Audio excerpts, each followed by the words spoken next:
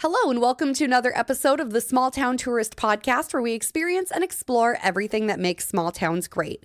I'm your host, Abby, and today we are heading to my hometown of Long Prairie to talk with Matthew Breiter from Matthew Breiter Photography and Infinite Explorers. I've known Matthew pretty much my entire life. We're only a couple months apart. We went to school together. We've just always been in each other's lives, and it was so fun to get caught up with him. We get into his photography journey, how he got started with that, how he got published in National Geographic, and how he got involved with Touring Musicians Plush. He has been out on the road with them since January. We finally got to get caught up when he was back in town on a break. So please enjoy our time hanging out with Matthew from Matthew Breiter Photography, and we got links below for you to check out all of his socials.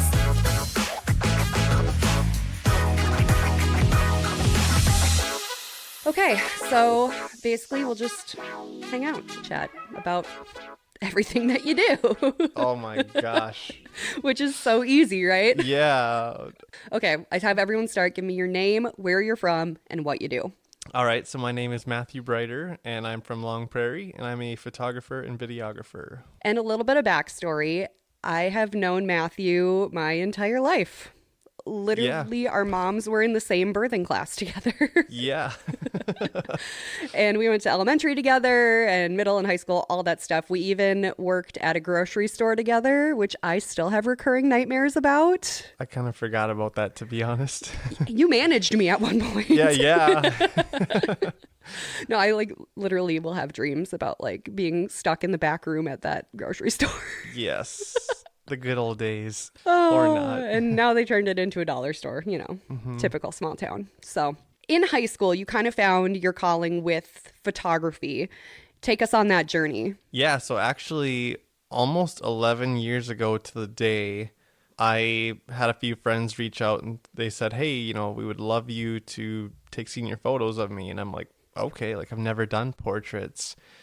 And one thing led to another, and then their friends suddenly wanted more pictures, and it just started spreading. Where I'm like, okay, wow, I can actually make this as a career.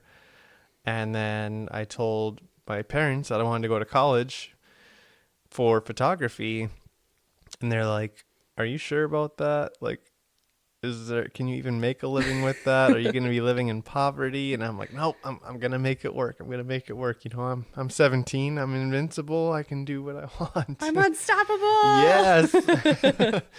And yeah, things just took off quickly. We graduated in class of 2014. By 2016, I was getting published in USA Today. And 2017 started getting published in National Geographic. It was a very fast escalation for you. Yeah. Literally from doing our classmates' senior pictures to when you first announced you were getting published in these major publications. I'm like, that happened in the blink of an eye. It did. And it's weird for me to think that, National Geographic, that was 7 years ago already, that for the first time that I was published by them, and then 2 more times followed. And I went, wow, it feels like it was yesterday. It really does. I vividly remember I was on my way up today and I'm like, oh my God, I remember when you were just kind of launching the photography stuff and we were organizing shelves in Save and you were going over the math with me of, I think I can make this work. I did the math. It's mathing. Yes, yeah. Ask anybody that knows me. I'm a numbers guy. I'm like, hey, if I can make this work, and even being on tour lately, it's like a numbers game. If I can make certain things work, awesome. Yeah. I just love managing numbers. And you nailed it. So let's go on the journey. How did you get published in USA Today, National Geographic? How did that kind of happen? Both of them were accidents. I was not aware that I was published until somebody else told me that I was published, because What? legally they can take your photo and credit you, and they don't have to ask for it if it's posted on the internet. But if they were to send out postcards or something with your photo printed on it to try and raise money or something where they could benefit off of you in a financial sense, then they would need to pay for it. So with USA Today, I took a photo of the Northern Lights over a barn just west of Long Prairie. And the next day I woke up and somebody from out of state messaged me saying, hey, did you see you got published by USA Today? And I'm like, is this a scam? And then sure enough, they sent the link and there it was. And I was like, wow, okay, it was the main photo for the headline. for a huge aurora show. And then for National Geographic, same thing happened. I took another Northern Lights photo over an old farm truck, and someone from Florida messaged me the following day saying, hey, like, congrats on making it to National Geographic. And once again, I'm like, no way, this has to be a scam. And sure enough, it was published on their main page of the National Geographic website. And so I'm like, wait, so then I start looking at all the legal stuff going, wait, like, is this illegal? Like, can they be doing this? This is literally my content. Yeah. And I'm like, oh, I guess it's okay. But I'm like, even though it was weird, it's cool to say you got published by Nat Geo. Yeah, that's like everyone who starts their photography journey, they want that accolade. Like, it's a huge thing to have on your resume to say, hey, my work was featured in this. And it wasn't just like a little picture either. It was like the main picture. Right. And that was at 21 years old. So for me, I'm like, wow, okay, I'm 21 and I made it in Nat Geo. Like, now what? Like, well, I thought maybe, I'm in my 30s or something. But yeah, that was just crazy. So you started Infinite Explorers with your wife, Sarah. Yeah. Lovely human, by the way. Yes. You picked a good one with her. Take me on that journey of you guys meeting and traveling and taking pictures together. Yeah, so we met in 2019, and we have both had our own photography businesses actually since about the same time, back in 2013. And she loved traveling. I love traveling. We went to the North Shore together, and then shortly after we went to Indonesia together. And we decided, you know what? Let's do a long trip. Let's do something fun. Like, that's not just a week or two. And so we had this idea of doing the van life thing, but instead of using a van, we would use a truck camper. So we bought a truck camper in January of 2020 with plans of going out in March of 2020. We're like, yep, we're going for 3.5 weeks. All right, let's do this. So we're all excited. We're talking about booking a trip for Iceland and Norway that summer after, and just ready to show people what it's like to travel, live on the road, see cool places. And then COVID hit. Good old March of 2020. Yeah. Everyone remembers exactly where they were when the world stopped. Yes. And I mean, literally with like booking Norway and Iceland, we were a click away from booking the whole thing. And we called our buddy that was going to go with us. And he's like, let's just give it like a couple days and just see what happens. And we're like, wait, what? Like, let's do it. And we're so glad we did wait.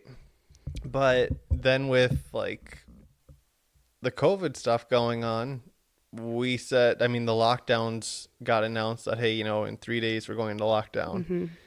And I guess you could say, hopefully this is a good thing, that we were those people that said, all right, we're getting out of here before we get locked down. We're going to the desert. We'll be out in the middle of nowhere. We'll be stocked up and away from people. Let's go and make this happen. So then 21 days on the road turned into 94 days because all of our stuff got canceled. Prom photos were canceled. Weddings were canceled. And at that point, we're kind of like, okay, this is weird, but we have no reason to go home. So let's just keep traveling. So we did. And we just kept documenting our journey from how the world was running out of toilet paper and how we would like find the gold mine of toilet paper in some small town in Utah, and just the little things that people nowadays would be like, what? But back then it was huge. It was a real thing. It was.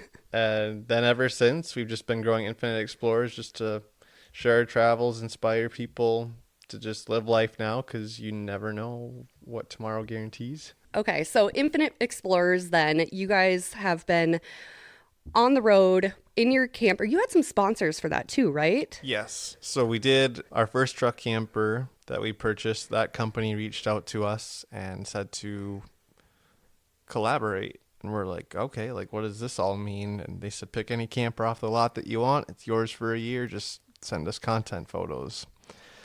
We're like, okay, this is amazing.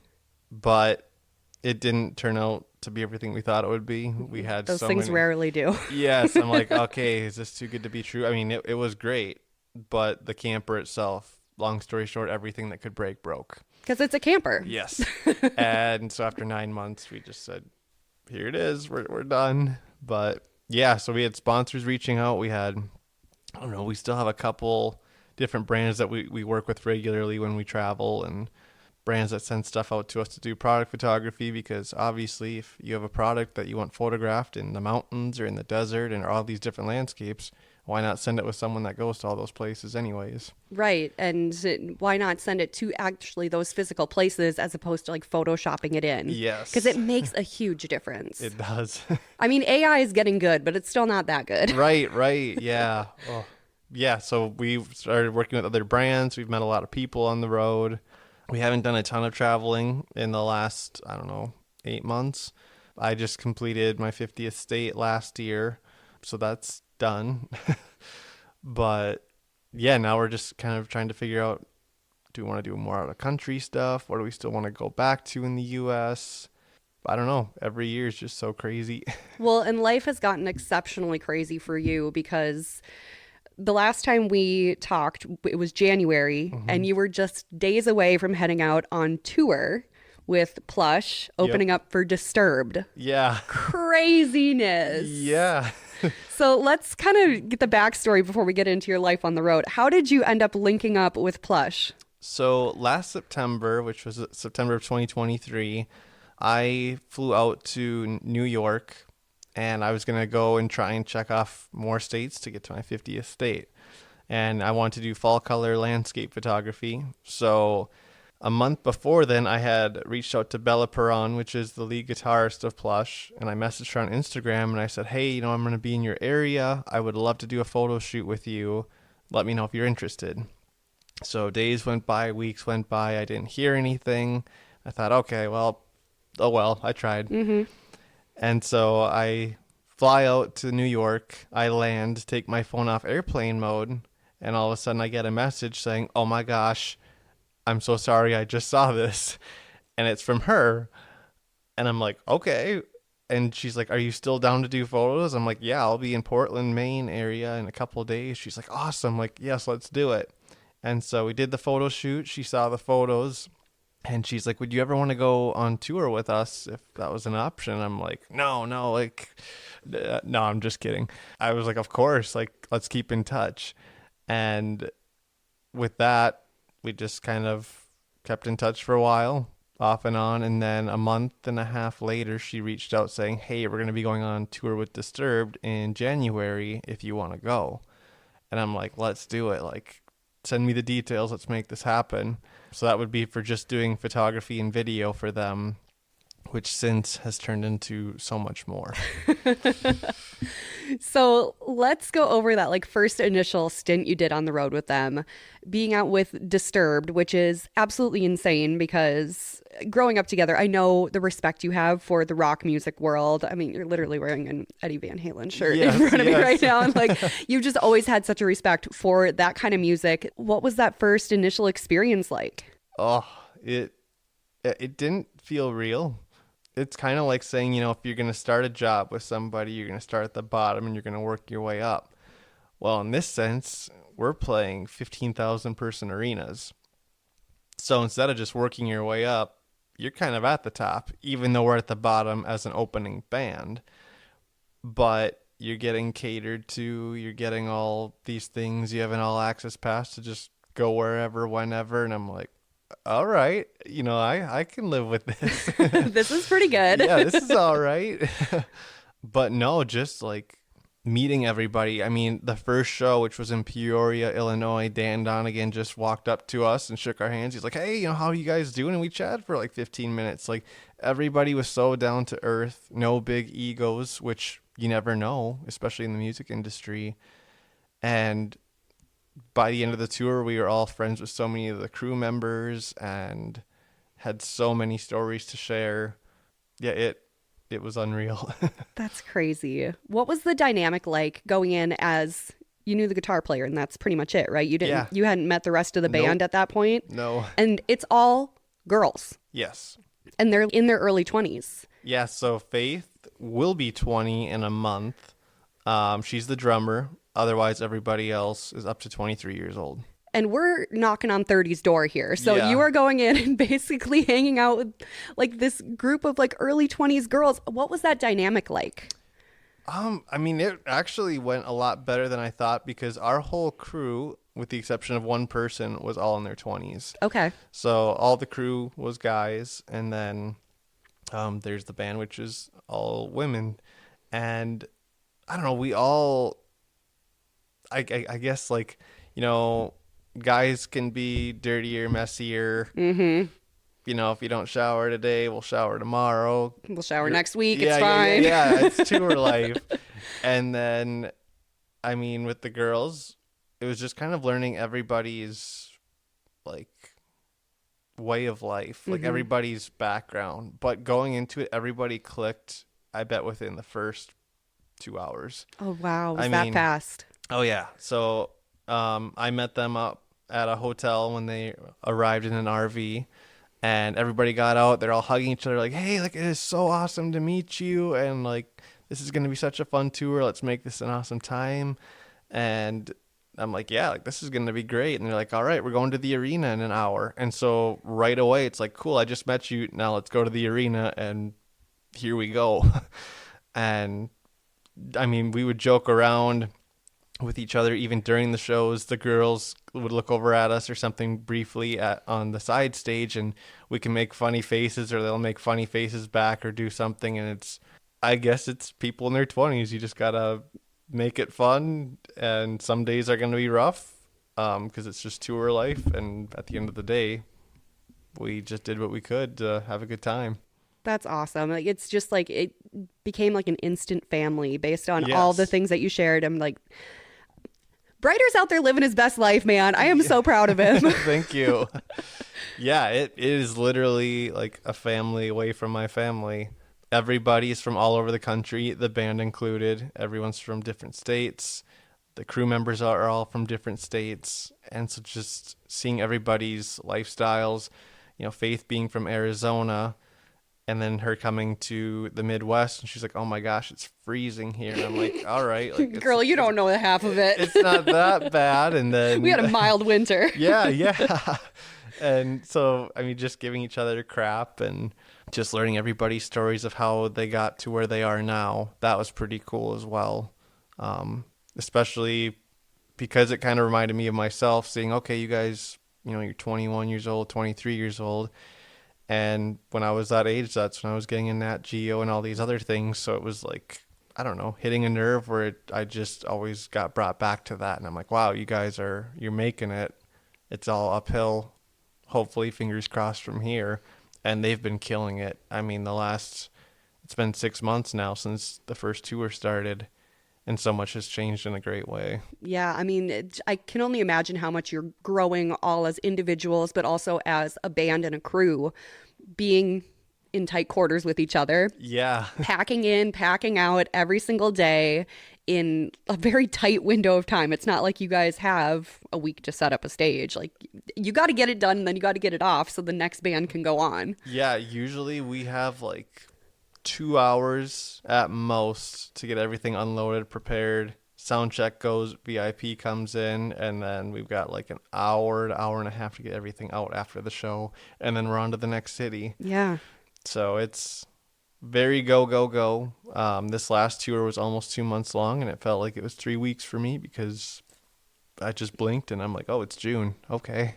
And that was the headlining tour they did, right? Yes, the Find the Beautiful headline tour. Okay, so so the tour with Disturbed gets all wrapped up, and then are they like, hey, we need you for the next one, or how did that all work out? So towards the end of the Disturbed tour, they released this Find the Beautiful tour, which started at the end of April. And I'm like, okay, like, I didn't know this was happening. And so we all start talking with management, and they're like, yeah, like, we'd love you guys to come back out. Obviously, we were all nobodies going into it. The crew was all new to working with the band. So you have to build a trust with them, see how your work ethic is. And from there, when we got the offer, we're like, yeah, like, we're in, let's do this. But now we are the headliners. So that is completely different than being the opener. Mm-hmm. So now we have to learn, how do we want to work with people opening for us? How do we want to set our schedules? What do we want to do on our days off? Like, there's so many of these things that are like, oh, like, we have a day off. What do we do today? Like, usually we should be driving 20 hours to go to Florida or something. Yeah.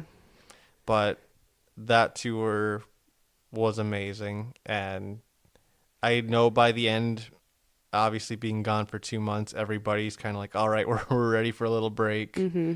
But it was so cool seeing all the people there for Plush, and seeing even kids, like 6-year-old kids, just shouting the lyrics in the front rows every night, and families bringing, I guess, their whole family out, and about half of the tour was sold out. Wow. So that's amazing for it being their first headline tour. That's incredible. And what a cool, like, they get the example of Disturbed being the headliner, setting the example, how you should treat people, especially like the people that are coming up under you. Like, and then these girls are setting an example for those kids in the crowd. I'm sure there's plenty of young girls out there. By the way, nothing cuter than a kid with headphones on at a concert. Yeah.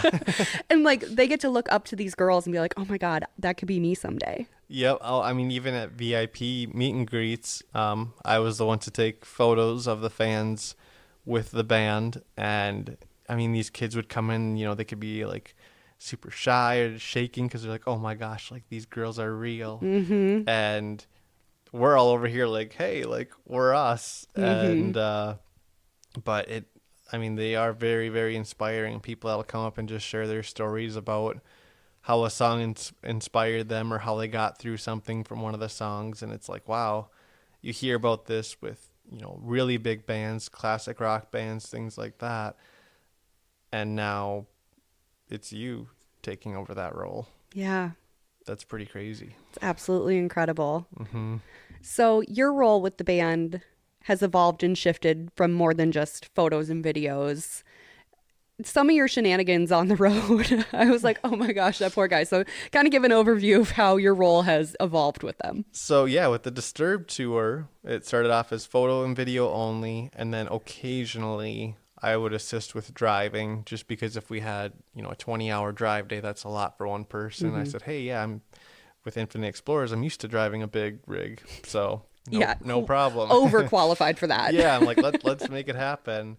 And then when we got the offer for the Find the Beautiful tour, we started going over roles, and we learned, hey, all of us are going to have to step up our game. We are taking on multiple jobs. So for me, one of the biggest changes was being the driver full-time. I was the full-time driver for the tour, with the exception of maybe 2 days where we had tons of driving where somebody else would take over for a bit so I could sleep. But other than driving, I did merch for a few of the shows towards the beginning, and that ended up being something where we just had to get into a rhythm, I guess, with like any new thing. And with merch, I'm like, hey, I got to get content of the band getting ready, all the behind the scenes stuff. So we just shuffled that around. And then obviously I did the photo and video content. I helped with guitar stuff. I was also a stage hand, so loading in, loading out when I had time, setting up the guitars, tuning the guitars. Which is another thing you're also overqualified for. We didn't touch on it, but you're a good guitar player as well. Let's put it this way. With guitars, I went in thinking, yeah, I know a decent amount of guitar stuff. You're too humble. And Rob, the guitar tech, he starts doing all this stuff with the guitars, and I'm like, what are you doing? Like, he works at Guitar Center. He's been doing it for years. The guy can build a guitar with his bare hands. He knows his stuff. And so just learning that, I'm like, okay, cool. I'm glad they had you do this, because I have no idea what you're doing right now. All these different waxing things and stuff that you have to do with the strings to keep, like, it just blew my mind. But I could at least do the basic stuff if things were running behind, or if I had to, if we had 5 minutes till showtime, they're like, Matt, just grab a bass, tune it, give it to Ashley, and let's go. And okay, no problem. But we learned to just take on multiple roles throughout the tour, and we also did security, I guess. So a lot of the small venues, we would have to escort the band from the dressing room, which was in the back of the venue, to the stage, which was in the front, and we'd have to go through the crowd. So that alone was something different. And I'm like, hey, like, I never thought of myself like a security guy, but I'll do it. I mean, you kind of do take on the older brother role situation with True. the girls being the age gap they are from you. Yeah. So, I mean, it's kind of a natural fit. Oh, definitely. At the end of the day, safety is number one. Whether it's driving, whether it's just, hey, I want to run over to Starbucks quick. All right, let one of us go with you Yeah. at least, because the world's crazy today. It is. And just knowing how they are, I mean, everybody loves them. So they will be swarmed if Mariah walks outside and people are like, oh my gosh, it's Mariah. And then can I get a picture? And it's great. But at the same time, you know, we're all human, and that sometimes we want privacy too. Yeah. And it's good to have that kind of buddy system. Yeah, for sure. And the girls are on just such a meteoric rise right now where, yeah, you got to tag team it. There's no solo Starbucks runs anymore. Yeah, right. Yeah, it's a weird thing because, you know, with Disturbed, you had everything catered to you. With headlining, we had some things catered to us. But we also said, you know, hey, let's go to Panera or let's get something. Or it ended up turning into a lot of, hey, let's DoorDash this or have stuff brought to us. So it was just getting that rhythm down. And now that the first leg of the tour is done, we've got that rhythm down for sure. And now we're ready for the second leg, which is in like 40 days. Oh my gosh. So, yeah. That's exciting. What are some of the coolest venues that you've got to go to? Because I love a good venue. Yeah. The Machine Shop in Flint, Michigan is a historic venue. Tons of bands have played there. That was one of my favorites. Gosh, there were so many. And honestly, being the driver for the tour, some of it's just a blur. Yeah. It's like, all right, we just drove 12 hours, do the show, and then tomorrow we're driving to Philadelphia. And I'm like, okay. Sure. Yep. Yep. We'll be in Philadelphia by the morning. Yeah. I've never been to a music festival until touring. Really? So yeah. Like not even as just Not like as a fan or Really? That's Yep. surprising. Yeah. So I usually had always gone to concerts to just see a band because I thought, well, if I go to a festival to see one or two bands, but they only play 30 minutes and then I don't know anybody else, do I want to do it? So I never did. And we played Welcome to Rockville in Florida. Oh my God. And that, What a way to kick off your festival. that was insane. I mean, I driving the RV on the Daytona 500 racetrack to go to backstage, like everything from the beginning of the day to the end. I'm like, is this real? Well, yeah, and what a dream, because we were really into NASCAR at the same time. Yeah. I mean, just seeing it in person, and it was just insane. And you've got multiple stages set up. We had an afternoon slot, but so many people came to see Plush. The band before them had maybe like 300 to 400 people. And I'm like, oh no, this is not going to be good. Like, there's not many people at this stage.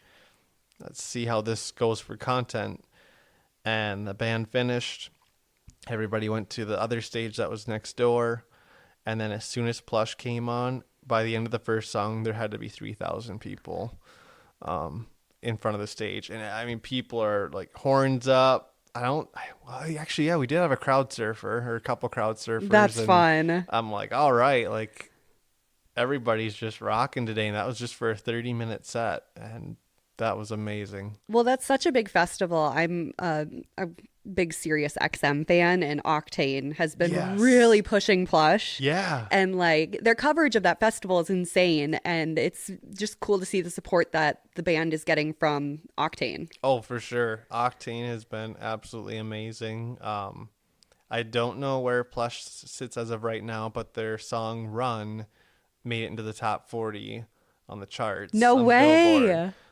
That's so exciting. Yeah. And so, I mean, they are definitely doing great things. It's not the first time they've been in the top 40 either, but we're just pushing to see, hey, how far can we take it? You know, what can we do? What can we do for this second leg of this tour? So for my role then, you know, now that I'm done touring for a bit, I don't just get to stop. No, the grind never stops. No. So now it's like, all right, what can we brainstorm? What kind of ideas can we do?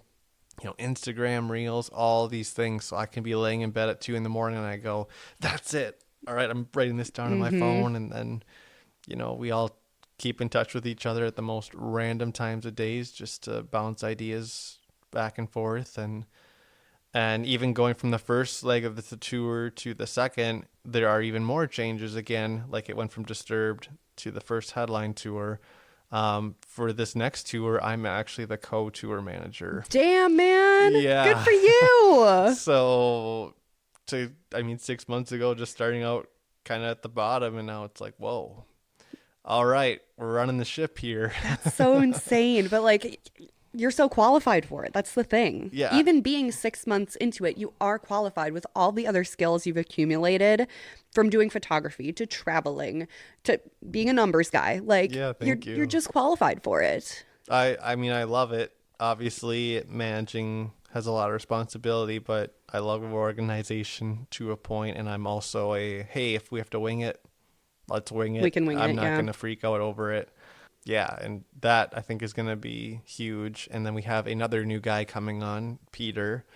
He's worked with Plush off and on for the last few years, just helping with sound stuff or their in-ears and certain things for the live show.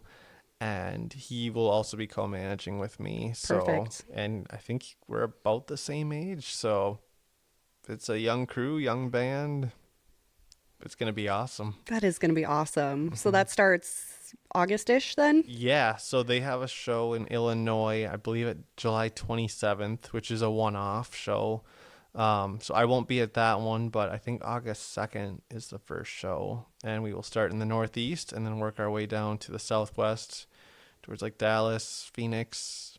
They're playing the Whiskey A Go-Go in Los Angeles. Shut up. Yeah. Shut up. Oh my Yeah, gosh. That's so- going to be so cool. Yeah, definitely. I mean, where all the late great bands started, I'm like, wow, like, all right, we're playing there, and they'll be playing in Vegas, and then they'll work their way back east over to Florida towards the end of the tour in mid-September, and then they'll go on break since Mariah sings with Trans-Siberian Orchestra, so she'll go right from being on tour to rehearsals for that, and then... Wait, pump the brakes on that. She sings with Trans-Siberian Orchestra? Yeah, I think it's been for the last 2 years. I'm not 100% sure No on that, way. but yeah.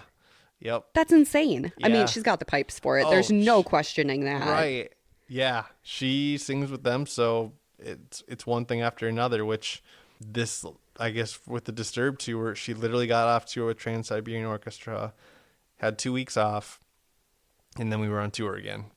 And so she's like, I'm sure it's a blur for her. Yeah. Just going, okay, it's June. What have I done the last 8 months I've been gone? Where have I been? Oh, yeah, I've been everywhere. Right. That's crazy.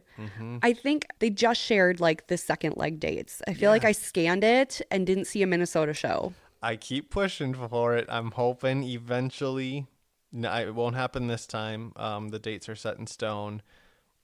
But I feel like, at least with me being from Minnesota and then sharing content, and now my family and my friends see it, and the word is getting out around Minnesota.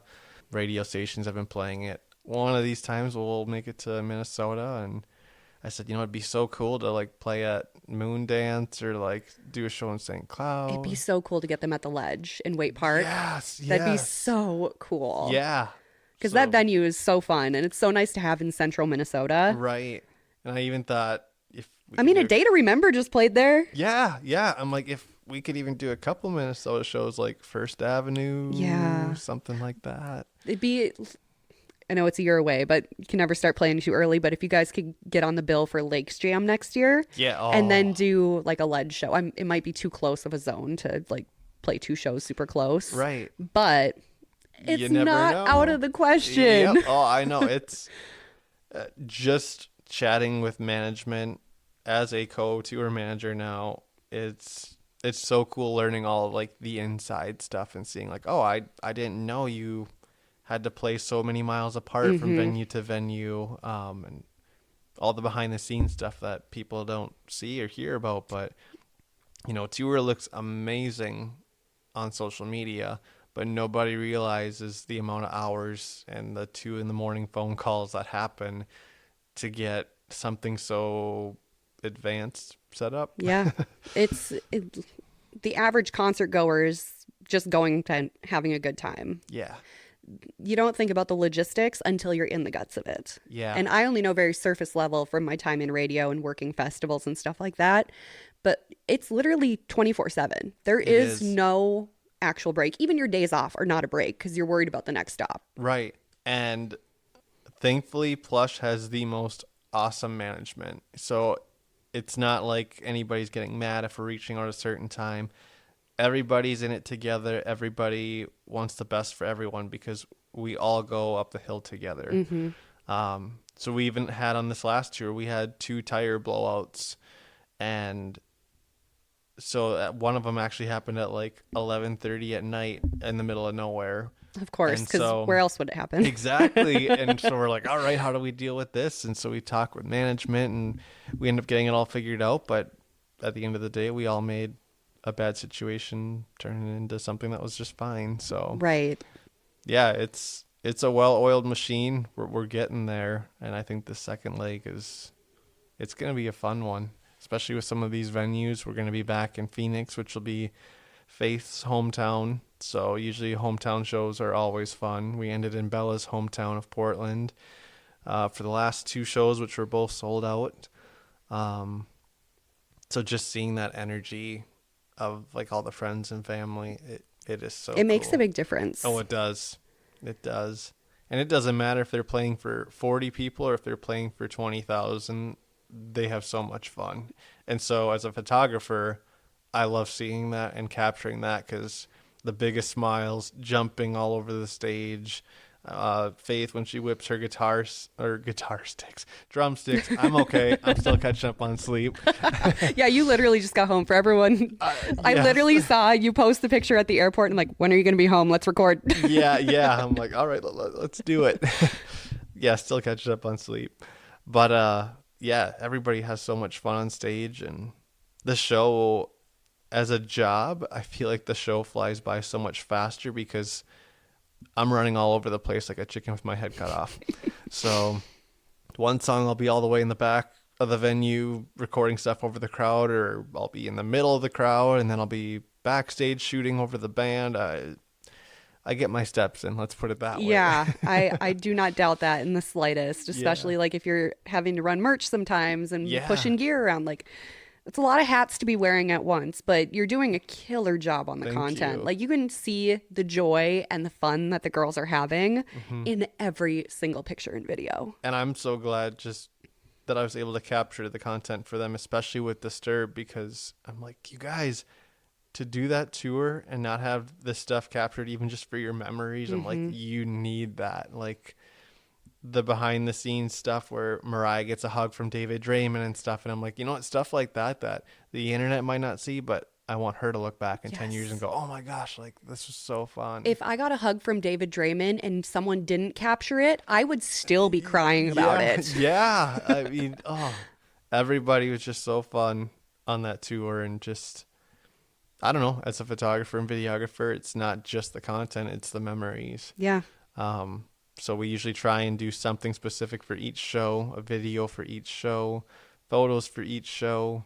I haven't even looked at how many hours in video I did for this tour yet, but for the Disturbed tour, it was somewhere around 23,000 photos and 60 hours of video. So it wasn't like I didn't take many photos, but yeah, I have no idea what I did for the headline tour, but I'm sure it was probably around the same, if not more. That's crazy. Well, and like the thing about rock bands is that 30 years down the road, they're going to be making a documentary. Oh, yeah. Every rock band gets a documentary. Even Anvil got a documentary. I didn't even think about that, but that's so true. Like, all your content is going to be preserved in that documentary legacy as well. Yeah. Oh my gosh. Yeah, that's crazy. I mean, just seeing how uphill they're going and how fast it's going uphill. To me, we are getting down to, is it going to be the next album or the following album? That's like the one that just soars it to the moon, because they've been just getting so many offers of so many great opportunities. I'm like, you guys, like, if I started a band in small town Long Prairie and you told me that within 3 years I'd be opening for Disturbed and touring all over the country and having all these experiences, I'd be like, yeah, right. Sure. Okay. Right. And now here they are starting this band from scratch, and they are just killing it. I mean, with multiple top 40 songs, and I mean, but it also is just the band themselves, they are some of the nicest people you'll ever meet. If you get those big egos, if you don't care about your fans, it speaks a lot and word gets around. But it's crazy because, if the girls will run to Starbucks, they don't just go to Starbucks. They'll ask each of us, even if we're not together, hey, do you guys want me to grab you something? They are very caring. So we all get along very well in that sense too, because everybody's got each other's backs. It doesn't matter if you're the band member or if you're a crew member. We're all equal in that sense. That's huge, especially working with 4 girls at that age. Things could get catty, egos could get big. And if they're keeping that in check, and if they're keeping each other in check that way, that's the secret to success right there. It is, for sure. And at the end of the day, they can get just as giddy as we are and be excited about something, but everybody's so professional when it comes to the job. So, which, for example, Ashley and Faith, huge Morgan Wallen fans. And I saw he's just playing in Minnesota right now. Yeah, he's doing 2 nights in Minnesota this weekend. Yeah, I'm like, oh man, if I went to that, they would just freak out. They're Morgan Wallen fans? Oh, if you saw Is it the mullet? It's the mullet, isn't it? That's a good question. I will have to ask them. All I know is, you get done with the Plus show and everybody thinks, they probably just go relax or something. No, they are on the RV with my AKA rave light that was just a small laser thing that I bought that ended up turning to something that we all call a rave light now. And they blast Morgan Wallen, and it's just a fun time with lasers, I guess. Oh my gosh. So, yeah, it's all that stuff that, you see something and you can look at a classic rock band and go, oh, they must just love rock music. And then they'll go home and listen to classical music or something. And you'd be like, what? But yeah, everybody's taste can be so different, but that's also pretty cool to see on the road. And you learn so much just about music through everybody else. Right. I've added so many songs to my Spotify since touring just because I'm like, hey, what is this song? I've never heard this. And it could be small bands that just are making killer music and they just haven't been big yet, or it could be bands from 20 years ago. And it's just diversified your taste. And oh yeah, that's so cool. Yeah. I love that. Yeah, and especially the band is so open to their gear, so they're like, hey Matt, if you want to go play guitar, just grab one of my guitars out of the vault and just play it. And I'm like, speaking of that, I wanted to talk about that because you got to it was an arena, right? That you got to play guitar in? Yeah. Oh my God. Yeah, so I don't remember which arena it was, but yeah, the band literally, they're just so open to it. So if I want to grab Bella's guitar and just play, whether it's in the RV or on the show day, she doesn't care as long as it's ready for the show. So just having that, it's like, okay, wow. And actually all of us crew guys were like, what's an easy riff that we can learn to do a sound check before the girls come in arenas? And I think Bundy, one of us, I think it was Bundy, but he said, hey, let's do Billie Jean from Michael Jackson. And so Bundy he is the drum tech for Plush. And so it's an easy beat. He's got it down. He's not a drummer. He's a bassist. Ask him. He'll tell you he's just a bassist. And Rob grabbed a guitar. I grabbed a guitar.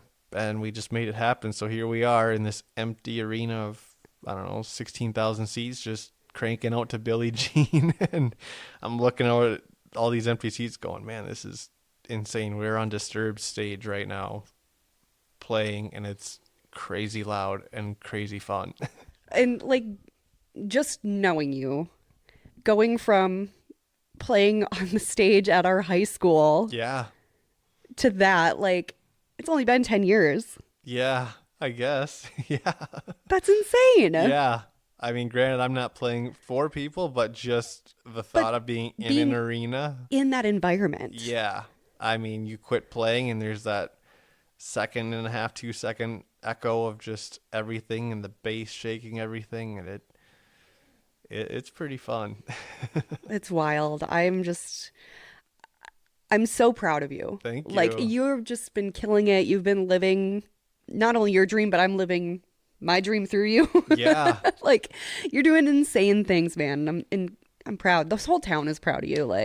It's honestly, it's weird a lot of times coming back to Minnesota because I see that being from a small town, a lot of things don't change with people. Mm-mm. It's just a routine thing. and I'm anything but routine. So if tomorrow I decide that I'm going to go drive to Duluth, so be it. I'll drive to Duluth. And it's just, I don't know. That's how you make life fun. So looking back 9 months ago, if you would have said, yeah, you're going to be going on tour in arenas, I would have laughed at you because I would have been like, what are you talking about? That's not even on my radar. And who would have thought that just offering a photo shoot would lead to something like this, and now co-tour managing a band. And now, which actually I can say this now, they just announced that they will be in Japan. We are going to Japan in October. I have not heard yet if I will for sure be going, just because of budgets. Obviously, it's not cheap to fly to Japan, but first out-of-country show, and that's just the step in the right direction. Who knows where they're going to be next? That's crazy. Yeah. Oh my God. So, I don't know. Plush is full of surprises when it comes to, hey, we're going to be playing at this thing, and life in general is just full of surprises. So somebody asked me at the end of the tour, hey, where do you think you're going to be, 5 years from now? And I said, are you kidding me? Like, I didn't know a year ago that I'd be even doing Can't this. tell you where I'm going to be at Christmas. Yeah. Literally, like, I have no clue. And then just being the photographer, I feel like I'm the fly on the wall. So I feel like I'm just the behind the scenes guy. But through touring, I've realized how many people have noticed me. And it's weird because if someone comes up and says, hey, it's Matt. Like, it's so awesome to meet you. I'm like, yeah, it's Matt. Like, what's up? I'm Matt. Yeah. And I mean, even at meet and greets, at one of the last meet and greets, a guy came up to the band and he's like, hey, I'm going to do something a little different. Can I get a photo of Matt with you guys instead of me with you? And I'm thinking, what? Like, why me with the girls? Like, you paid to meet him. And he's like, you guys got to keep this guy around. Like, he's a legend. And I'm just like, okay. Yes. Like, what are you talking about? I'm just doing my job. But there is something to that, because I am also a diehard fangirl of bands. When I really like them, I don't just know who's in the band. I know who the crew is working with them. I'm following them on social media. I fangirled over a merch person once. Like, yeah. It's a real thing. Right. And I guess I never knew that until touring. So the fact that people, like, especially if they come to multiple shows, and it's like, okay, now you start getting to know certain fans, and then you can, like, I don't know, just learn their personalities and just make funny jokes. That also, as a side comment, the band, we all love to make fun of each other because of our accents, which I don't have. But apparently I pronounce the word bag unlike everybody else does. So I'm sure on a daily basis, hey, if you want to pass me that bag, and they just look at me and start laughing, I'm like, what's so funny? I'm just asking for the bag. Yeah, exactly. So if you guys are listening to this right now, stop laughing. There's so many quirky things. I'm like, man, I could write a book just from the last 6 months of touring. There's so many things that you definitely cannot make up, and just so many funny memories, crazy things that happen on the road. And that's just the start. Yeah, it's the start of something beautiful, and I'm excited to keep following along with it. Definitely. Thank you so much for fighting your sleep deprivation to come here and record this today. No problem. And we'll have to do it again when you're back on from your second leg or third leg or fourth leg or Japan or whenever you get back. I guess see what happens. But no, thank you for reaching out. Never done a podcast. This is awesome. And it'll be cool to share more in the future. Yeah, definitely. Do you want to tell everyone where they can follow along with everything? For those that want to follow my side of things, on Instagram, it's just Breiter Photo. If you want to spell that, well, I'll have it in the show notes. Try your best. Yeah, there you go. Otherwise, Plush. You just look up Plush Rocks. Plushrocks.net is their website. And check them out on Spotify as well. Like I said, these girls are killing it. They've been getting recognized by some of the biggest bands all over the world. And it's all uphill from here. Let's bring on some more big festivals and fill up those venues. I do have a mission for you. Okay. If the girls haven't, I don't know if they have had one yet. Jose Mangan. He is a Sirius XM DJ for Octane. Okay. If they ever get interviewed, by Jose. He's like my favorite radio DJ. Yeah. I just need like you to send me a selfie with him or something. Like Yeah. just anything, because that guy is awesome. So Definitely. Oh, heck yeah. They get interviewed by so many people and do so many radio interviews. I've lost track of it, but let's make it happen. Let's do it. Cool. Thanks, Breiter. Thank you so much for checking out another episode of the Small Town Tourist Podcast. If you're looking to follow Matthew or Plush or any of the things we mentioned, go ahead and check out the show notes below. If you're looking for more content from me, you can always follow along at The Small Town Tourist on Instagram and on Facebook, and check out the blog, thesmalltowntourist.com. I will catch you next week for another episode.